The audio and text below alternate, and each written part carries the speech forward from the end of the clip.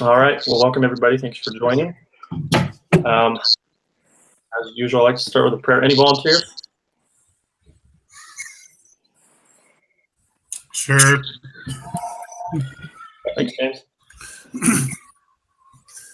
Dear Father in heaven, we come before you at this time and offer thanks for thy gospel. We offer thanks that we have the opportunity to be students at BYUI, and we offer thanks that we're able to connect together tonight at this class meeting and discuss topics of the class and further our education.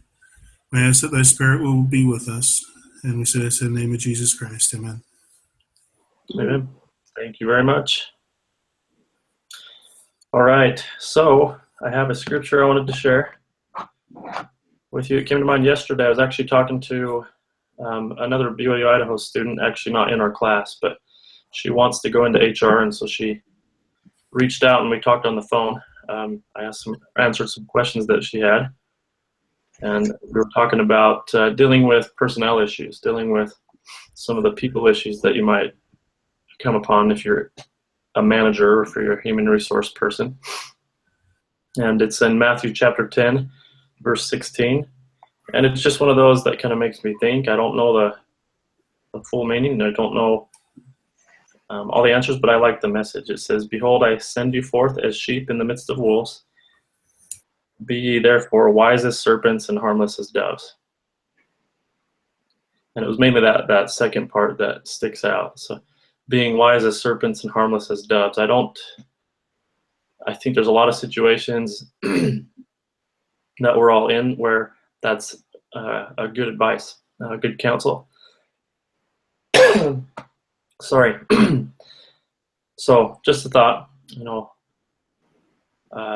maybe to ponder, what does that mean? Be wise as serpents, but harmless as doves. You think about the damage that can be done by words or the way that things are approached, or you think about issues that can happen in relationships, trying to unravel those or counsel people through those issues or help people deal with those challenges. Be wise as serpents, be direct when you need to, but be careful of creating venom is a thought that comes to mind. So anyway, a little scripture verse to think about. Fun topic this week. Lots of reading, I know, but I feel like it's great reading, but definitely a lot to think through. Couple things I wanted to focus on. So we have the diversity reading, and we have I wanted to jump into that, but first, as usual, does anybody have any questions? We'll kind of do that at the start here and again at the end. Any questions or concerns? No. Okay. All right. Well, for everybody, everybody watching the recording, so just to clarify, I'm still getting a little bit of questions about the Doohickeys project. So you will actually write a paper for each week that is due. But the problems that you identify and the solutions are going to be a little bit different each time based on what we've discussed in the previous weeks. So you're not preparing for just one paper, you're actually writing a paper each time on week 5, 8, 11, and 14. So find ways to collaborate on that. However you want to do it, email, over video, have one person compile, or if you want to collaborate, Google Docs makes it really easy to kind of have everybody working on the same document, and then you can get that put together. So just to throw that out there, that is what is going on with Doohickeys. My group's using the Google Doc. Missed that last part, Courtney. What's that? My group is using a Google Doc, so we're going to all compile. Okay. From there. Cool. Yeah, I've done a lot of group projects through Google Docs. So it kind of allows everybody to stay involved.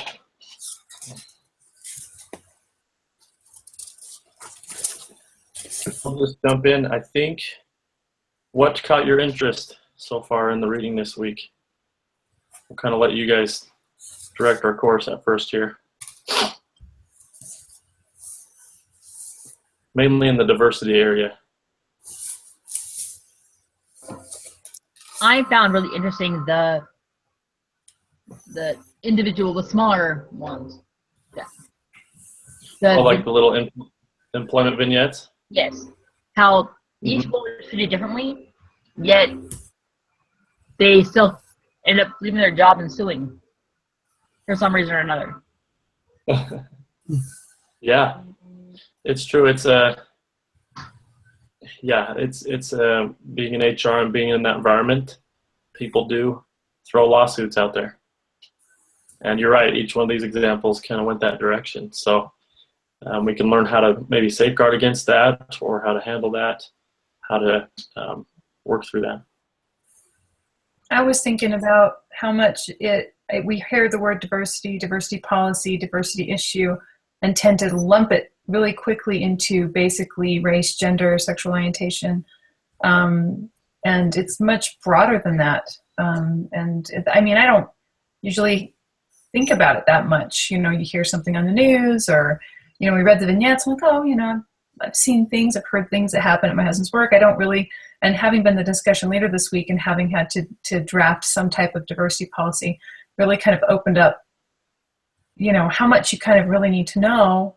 And then, of course, the different ways that it's implemented generally, and some of the new ideas of how to implement it. That was really broadened the scope of what it means. It was very interesting to learn about this week.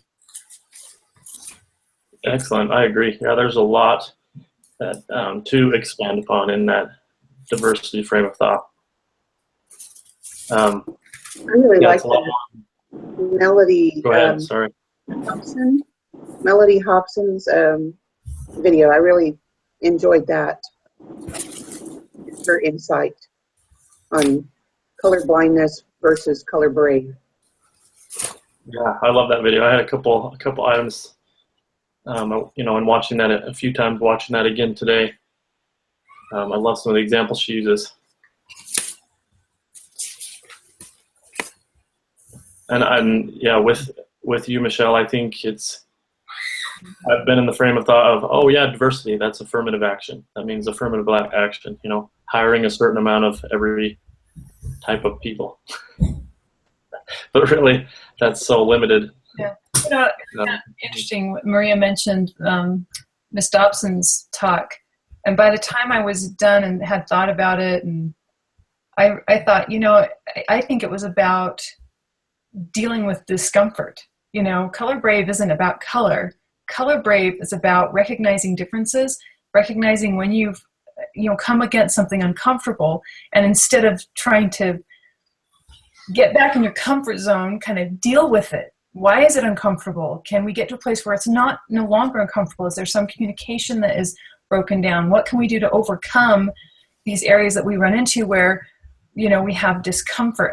And so when I think about my kind of end thought on Color Brave was, when you run into those situations where you feel that discomfort in the workplace or wherever, deal with it. You know, find out where it's going to go. You might find out something that's really valuable. It's just we tend to want to not ruffle, you know. Kind of one of the things that came up in our group was, because we're online students, sometimes there can be issues with group activities or group assignments where three of us talked about how hard it is to deal with doing a group assignment when someone's not helping out and you are doing their work for them. And we all kind of had handled it the same way. Rather than dealing with the discomfort or trying to find out why things were going on, we just kind of said, I don't want to rock the boat. I don't want to deal with it. I'll just get the work done. And then you're just frustrated that you're doing someone else's work. When all of us agreed, we could have looked at it differently. We could have said, hey, let's find out why this isn't working, and let's make it work. Yeah, love it. Thanks, Michelle. What stuck out to you from the video, Maria?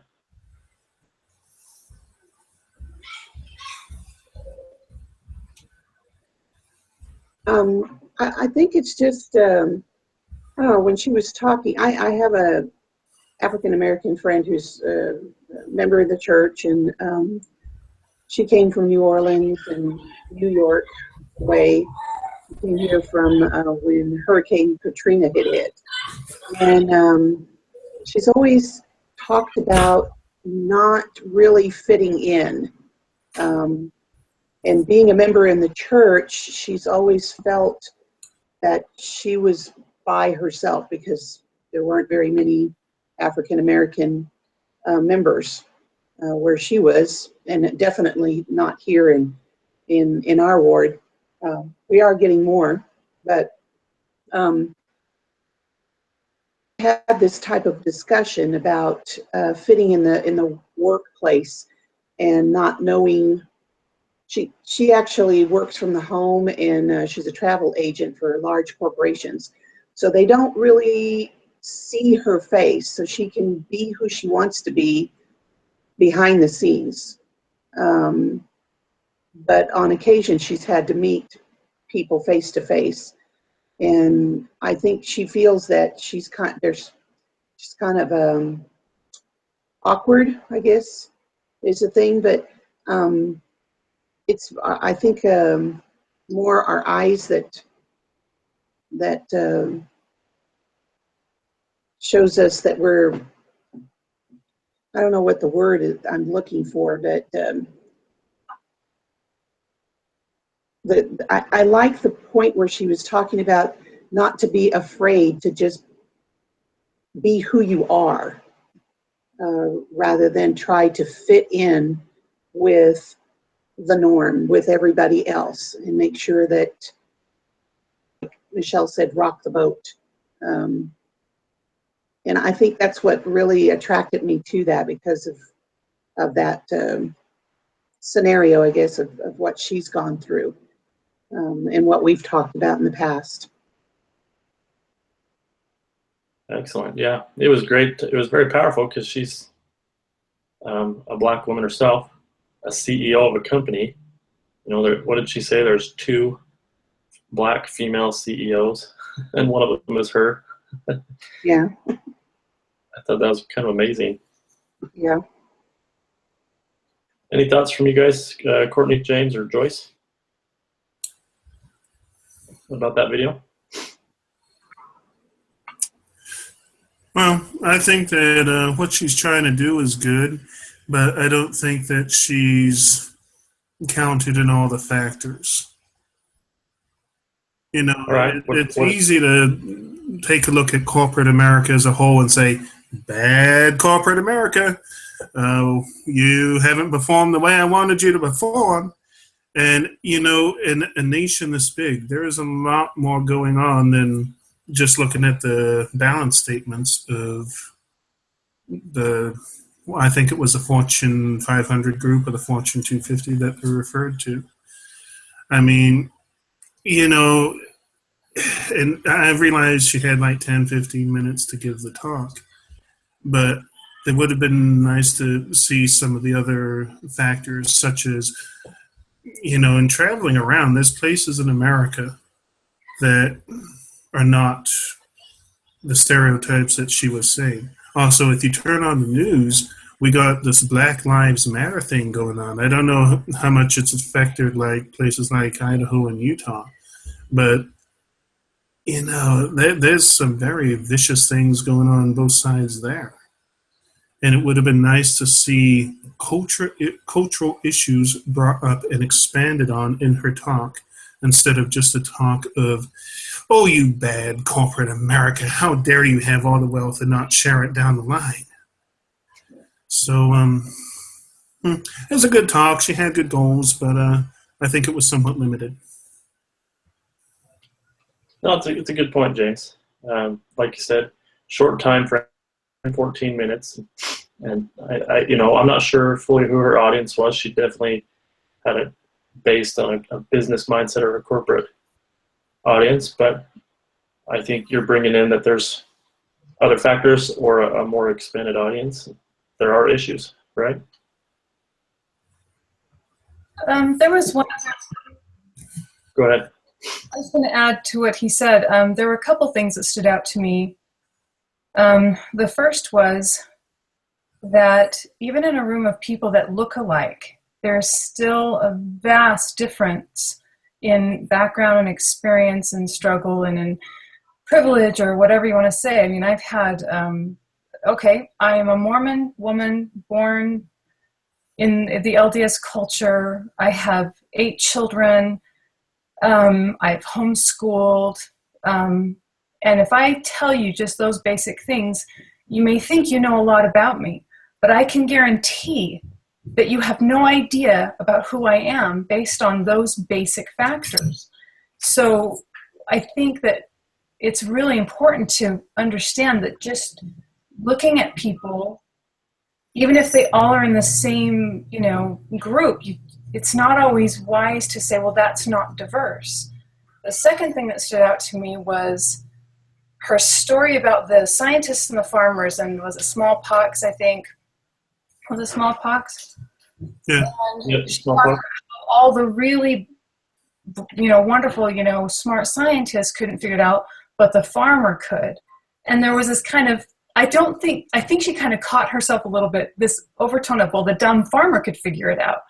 And to me, I think when you look at the scientist and the farmer, I think they're linear.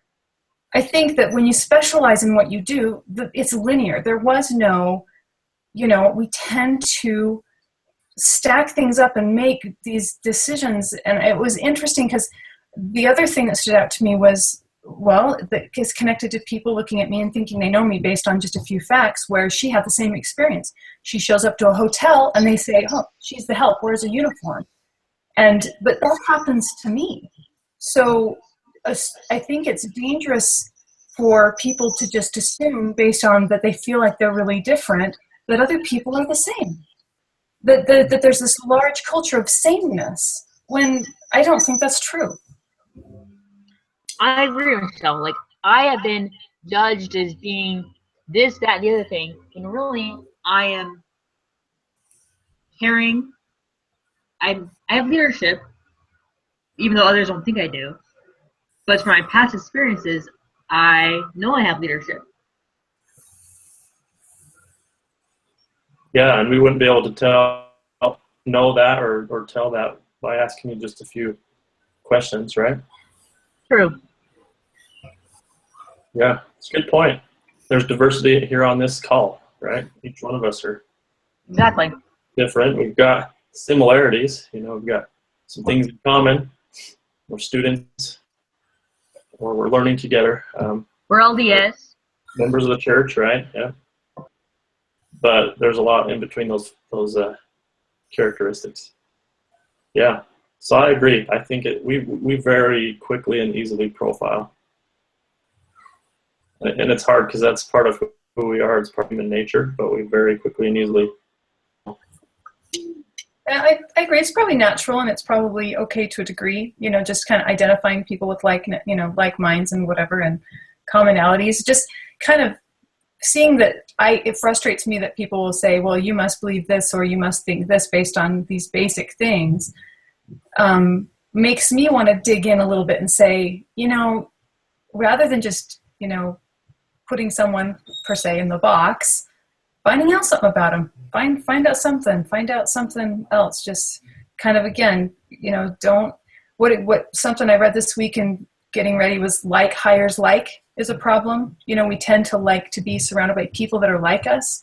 Mm-hmm. And I know in another course it talks about the value of expanding your circle into that. It's really valuable to say, hey, you know what? We're not alike. Share with me. Because hello, we have a basic human needs that are very similar. We all like to eat food. So there's a lot we can, do to expand our circles that has really a lot of value. It just doesn't come naturally, really, I don't think, to all of us. Not to me. I know it takes effort.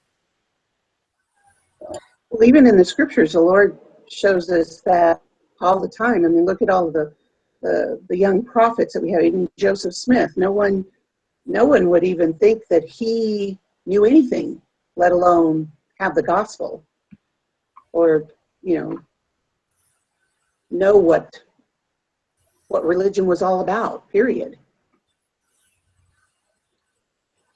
Good example. Yeah, I mean, Joseph Smith, he's not old enough or wise enough to be a prophet, but the Lord likes to show us otherwise. Funny thing about that is he did all through the scriptures. Yeah, you could take Nephi, for example. Hmm. His brothers put him down, except Sam. Yeah, and they were young. He was young. Yeah.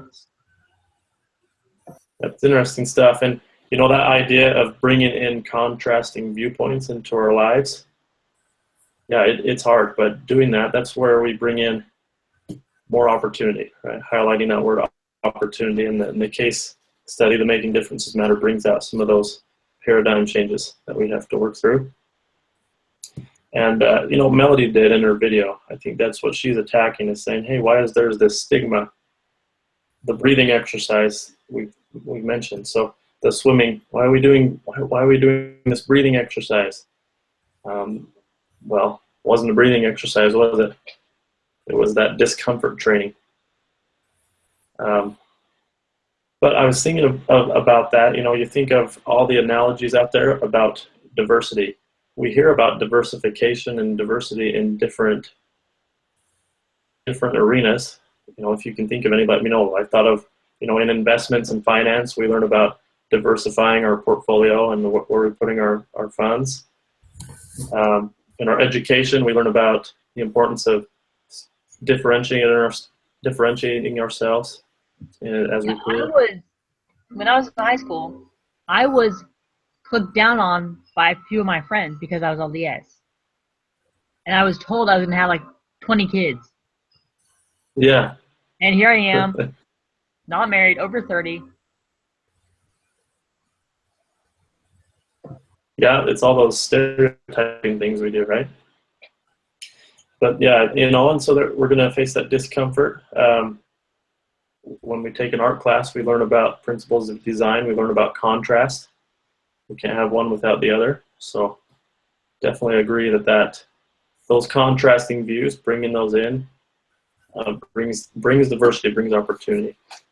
Well, I agree that at some point each of us is going to feel discomfort at something we encounter, be it, you know, first day at the new job or be it something that somebody said. But I think there's a definite danger in assuming that the person you're facing is going to feel discomfort, or because they come from such and such background, you must feel uncomfortable. And that's one of the things I noticed in that talk. I forget what the talk was called, but she was assuming that her audience would feel this discomfort. And myself, I very rarely feel discomfort talking or doing business with anybody. Now, there are things that I do feel discomfortable about. I'm not big on having my blood drawn. That kind of gets me at the doctors. I admit that, but I like what was said earlier in this conversation. I don't like being assumed about. Get to know me personally, and then judge me. But yeah, don't judge me before. I like it. Anybody have anything to add?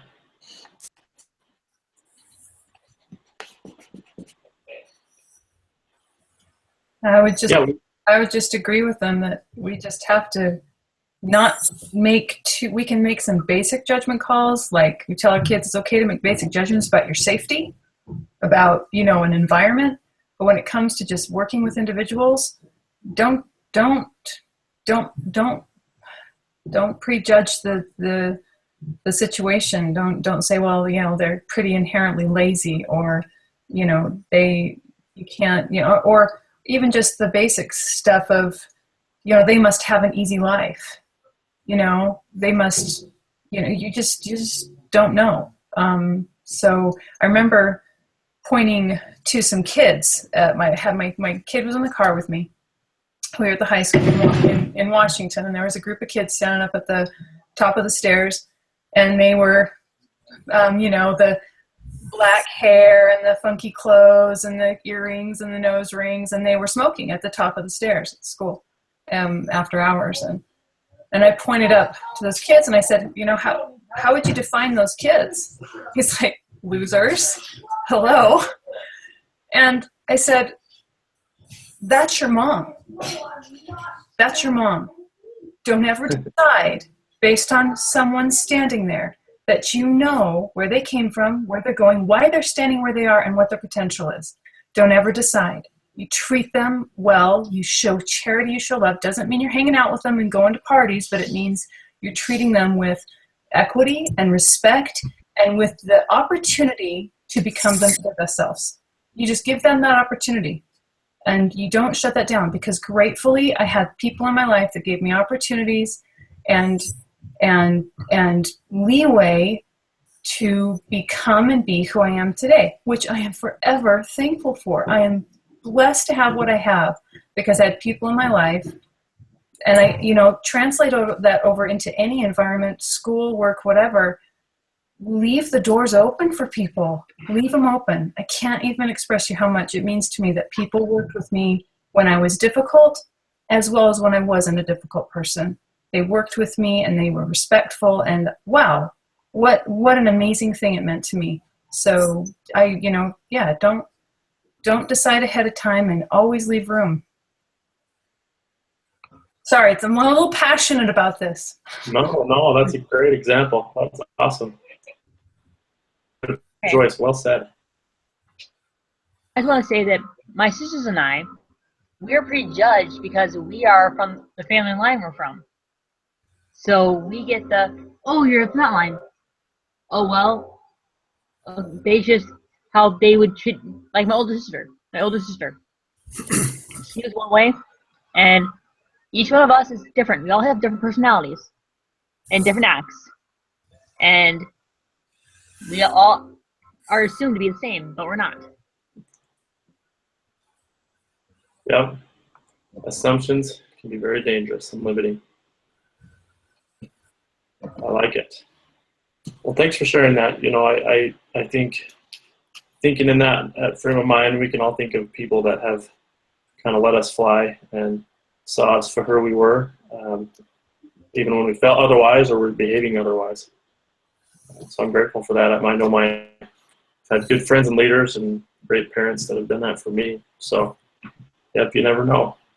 You never know until you get to know someone. I remember a roommate. So this is back in college. I got to the apartment, and there's a roommate that had already been there. And he had the giant TV and the dark curtains on the windows. And I said, "Oh, great, he's a gamer. He's going to be up late every night playing his games, and we won't ever be able to watch the basketball games." Turns out he ended up being one of my best friends, and he wasn't a gamer. He just put the curtains up for movies. And I prejudged. Learned a lot from that. So you never know. I probably did the same thing with each one of my mission companions too.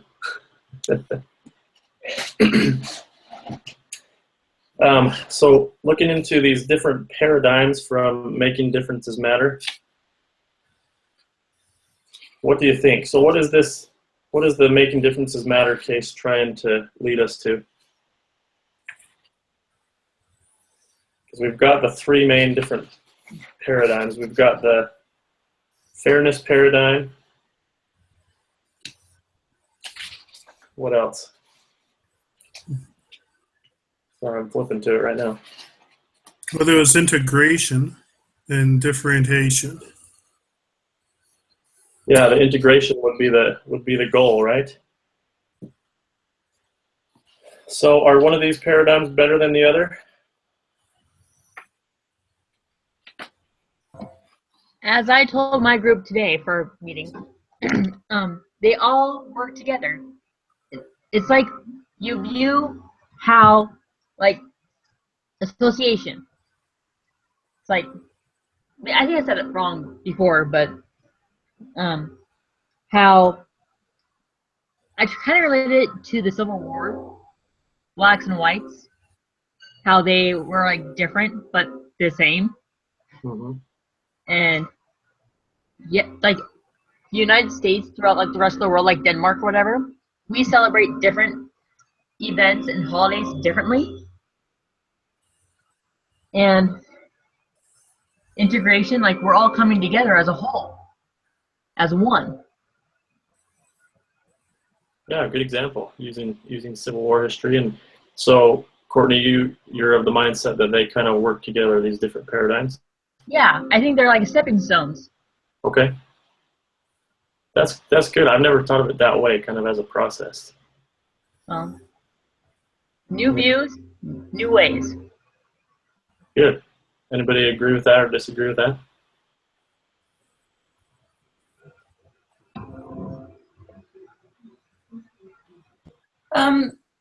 I think that by itself, fairness kind of leans toward what we've been talking about, saying, well, we're all the same, but we're not all the same. We should all be treated with equal respect, but we're not all the same. So there's a danger in just focusing on fairness. And they mentioned some of the cons being that people, because they're afraid to be different, fall into molds where they don't bring in new ideas because they don't want to be the person that stands out or rocks the boat or has the different idea. Like you just mentioned, does anybody disagree? Well, in a fairness situation, it'd be like, well, of course, no, we all agree, because it's important to agree. There's the pro is that, yeah, we should be treated equally and with fairness, but what she said, if you don't move beyond that, it in itself isn't always effective in what they're trying to express in the integration model, which is there's growth available if you can figure out how to tap into people's differences and their potentials and whatever, where the differentiation says, we need your difference. We had a great example in our group where one of the group members' husbands is a dentist. And in order to branch out and have more clients, they found they needed to hire a Spanish-speaking employee.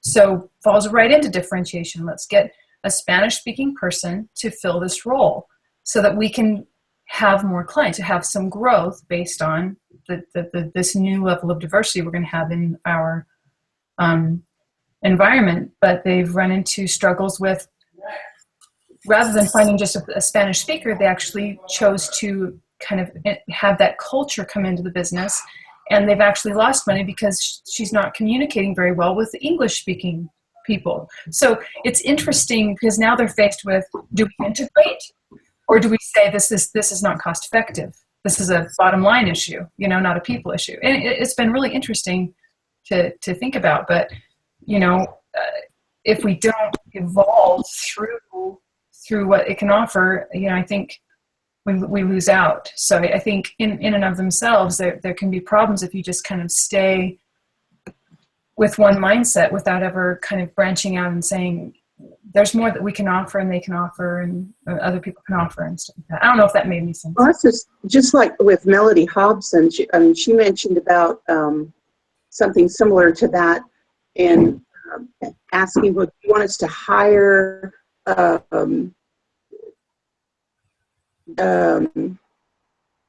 races, nationalities, and such, or do you want us to hire the right person?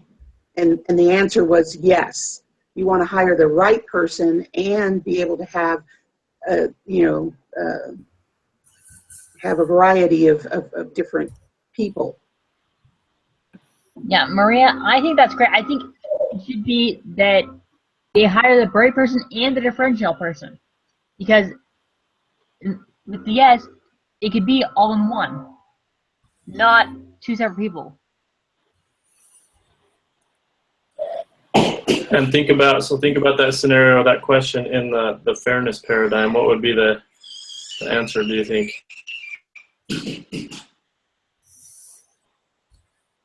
Well, and my thoughts of that is, it's great to have a predetermined mindset on who you're going to hire as far as the right person or the whatever you deem to be the person in need, however you want to look at that. But to me, this country has a massive concern that it seems to be ignoring in this: globalization. We are no longer the world's superpower.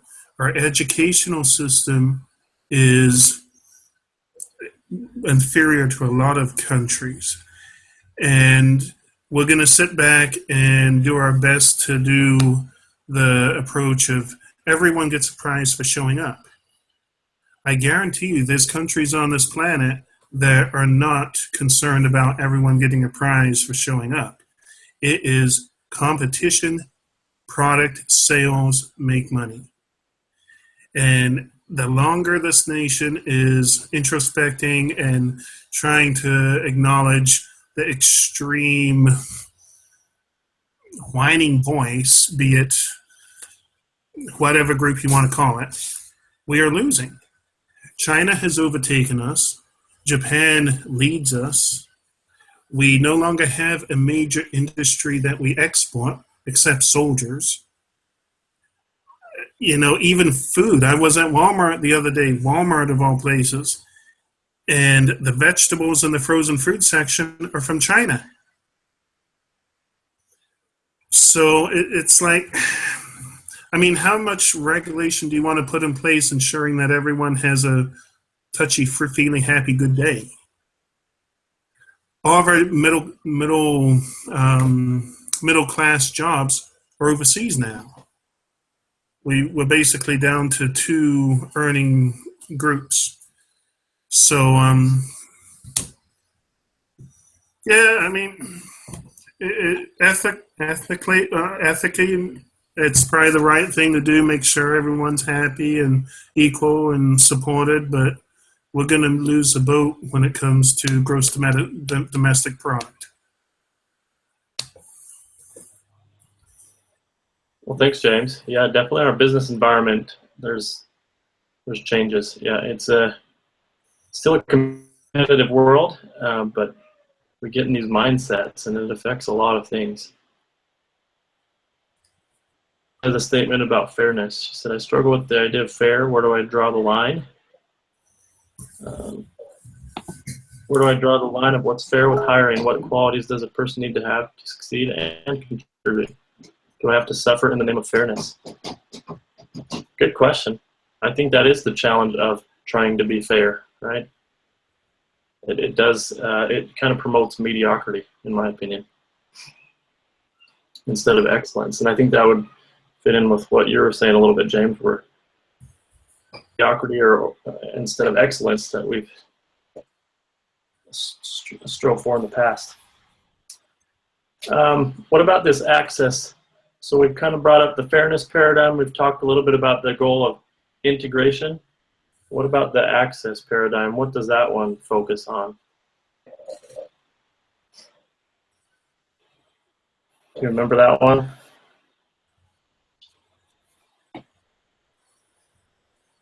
The example they used is the access company sending over the Europeans to help the. And what was the result of that? Do you remember? Is this the one where they, I may be wrong, but is this the one where they found out that they had better production hiring, like people specific to the area, like Europeans working in Europe thing? Yeah. Yes. Yes. Where it was successful, but the main problem was if they lose their European contingent, no one really knows. Well, I remember it was really interesting. They knew it was working, but they didn't know why it was working. And so not finding out why it was working got in the way of like future stability. Like you can't just say, oh, that works, great, walk away. I don't know why it's working, but in the business world, you find out why that's working and you make sure that you can have it be sustainable. And part of that is the exchange of information and ideas. And because is it called the flat earth, flat planet? There's some book that talks about how economics has kind of flattened the playing field of, the global thing.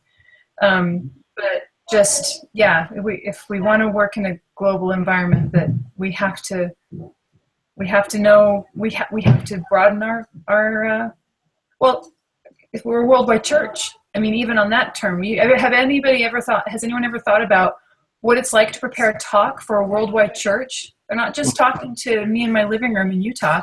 They're talking to some people all over the world to be able to share doctrine and principles and information in a way that touches hearts. And obviously, we work with the influence of the Spirit. I don't see the difference between that and the business world. If you're working with honesty and influence and what is it, leadership with a small L thing, the whole aspect of discipleship and what have you, you there's a lot that just kind of falls into place without all the rules and layers and whatever. It's important to know the laws. But we're very much assisted by that in our beliefs. Yeah, thanks for summarizing that. Yeah, they sent the Europeans over to Europe. They're doing great, but they don't know why. And then they panic and say, "Uh-oh, what do we do when we don't have them over there anymore?" So, we need to think about that. And the takeaway there, in my mind, would be find out what's going well and why, and capture that. It happened today at work in a meeting I was in. So we were in a group with managers, a meeting with the managers, and they're saying, "Hey, Alex's team is doing great." And they said, "I guess we should find out why." So it really a big deal. We're really good at finding out what's going wrong, but we need to find out what's going right. So I appreciate that. And I appreciate you bringing up the church. It's amazing what the church handles. It's so true. General conference, that's for the globe, and bringing that global element is a great thing.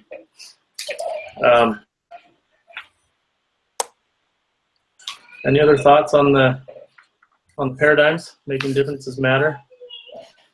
Well, I think the statement that's said in the article that we are all on the same team with our differences, not despite them. I think that summarizes the approach very nicely. And be it the church, or be it the workplace, or be it even within the home, if you have that sort of attitude where everyone does bring unique value to the situation you're in, you're going to come out ahead. Now, we got to be careful on keeping a perspective on that, because not everyone's going to be an equal contributor, and not everyone's going to have the completely the same motives.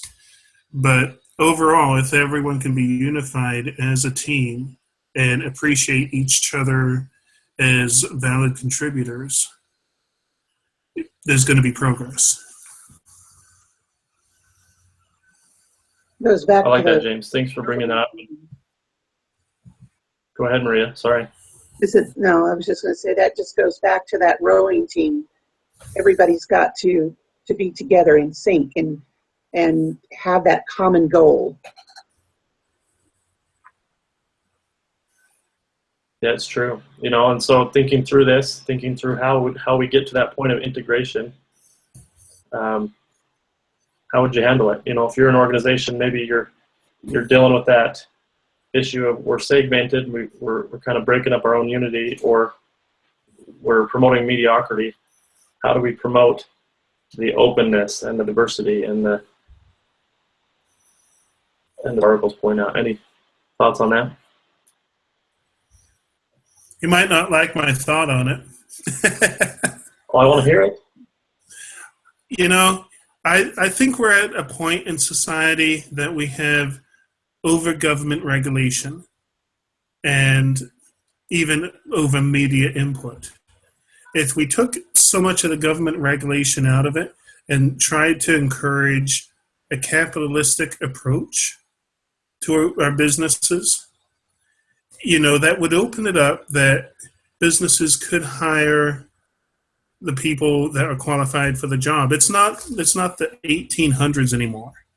There are a lot of people of all sorts of diverse backgrounds that have college degrees, and we have a lot more people living within the United States that have been born in other countries. I remember one of my classes, the teacher actually stood up all the students and said, "Okay, You guys that were born in the United States on this side of the room, you guys that were born somewhere else on the other side of the room. And 50% of the class were not born in the United States. Another 50%, the other 50% were. But, I think that if we weren't in fear of breaking some sort of rule, or if there wasn't some sort of weird government involvement, that people in general would do the right thing. People in general would try to promote a capitalistic approach to business. And it's really the government that is kind of over-regulating everything. Thanks, James. So more trust, and less fear. That work? It works in Hong Kong.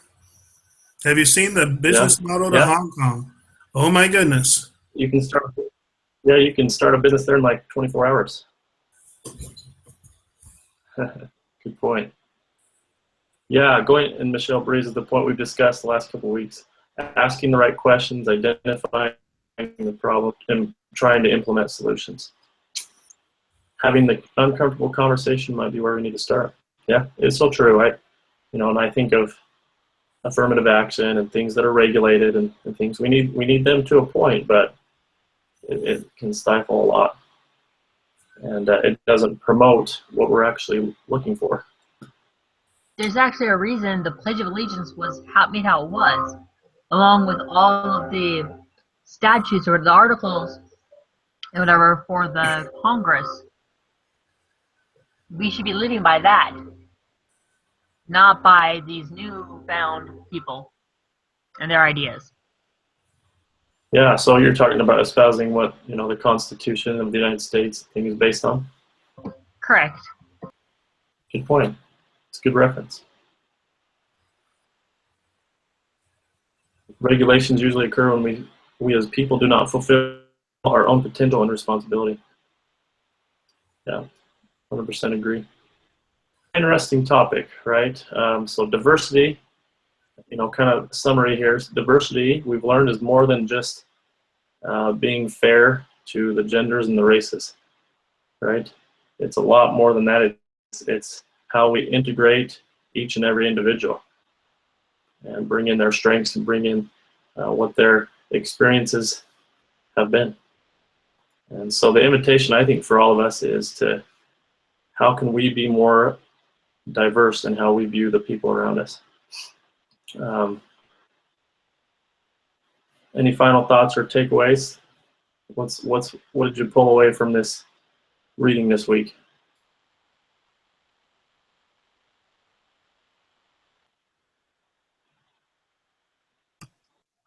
I pulled away that I have a personal responsibility to be more mindful of the people that I am with and around, more mindful of where my discomfort is and why it's there, or why someone next door to me seems reticent to, get to know you or whatever.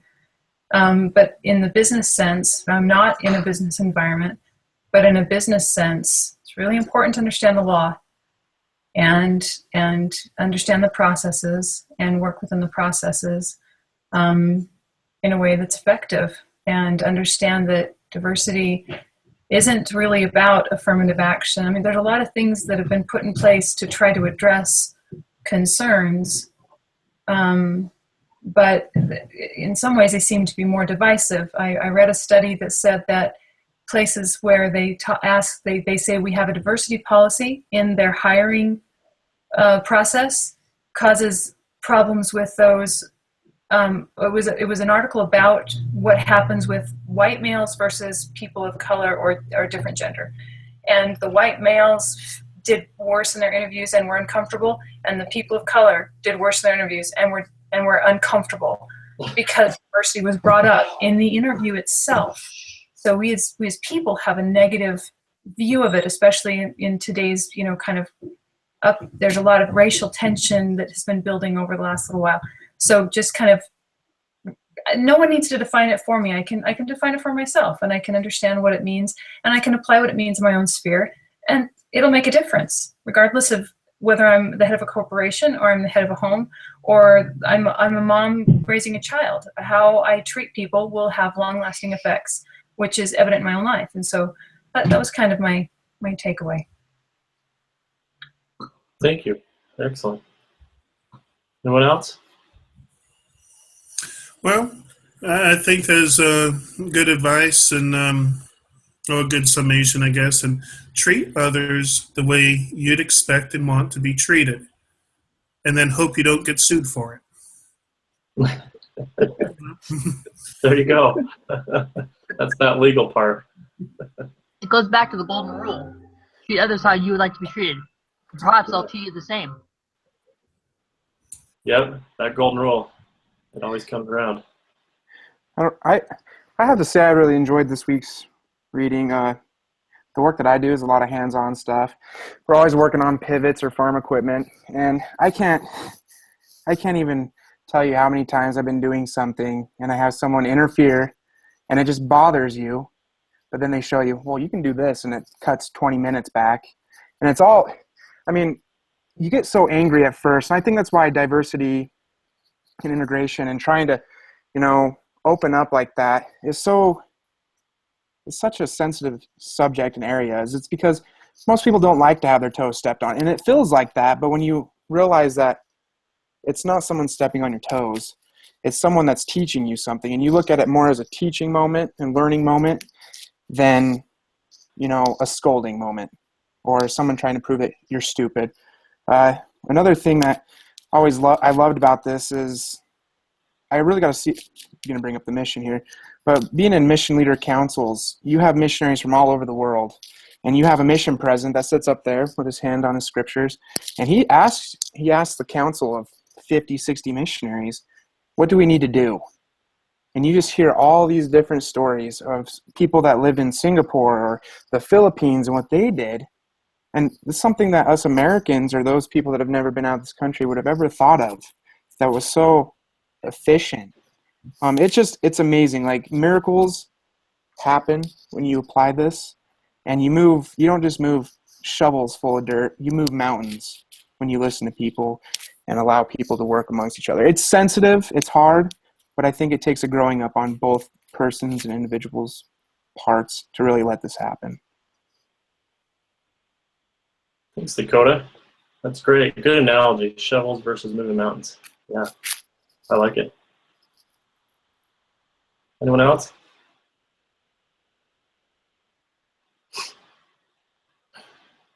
I have a couple examples that come to mind. And when we talked about working with those of differing perspectives, I think about Abraham Lincoln. So Abraham Lincoln's a hero of mine.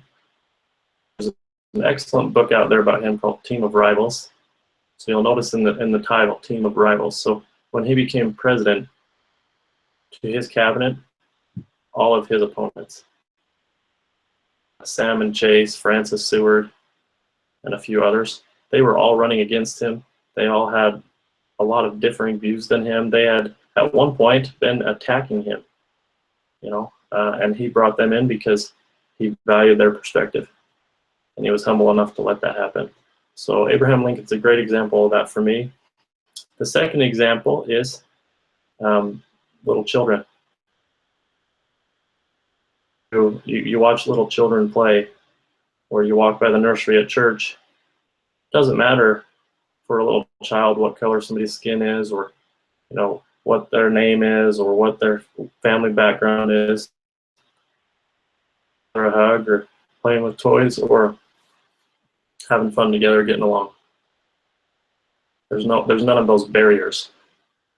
And so I'm always thankful for that, and it reminds me what the Savior teaches us to become as a child.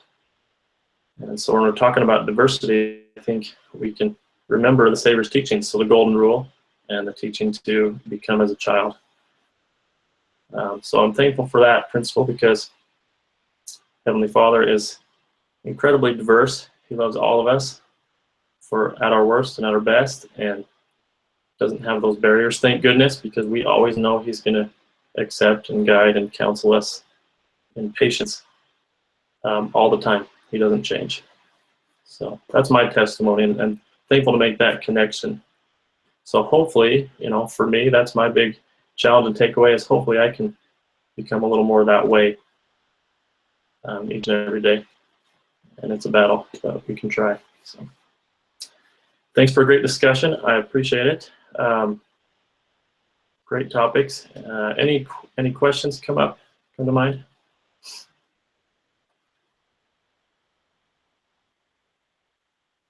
All set. Well, thank you very much. We'll plan on next week on the Wednesday night, normal time. So. You are very welcome. All right, good. Thank you. Have a wonderful night. Thank you.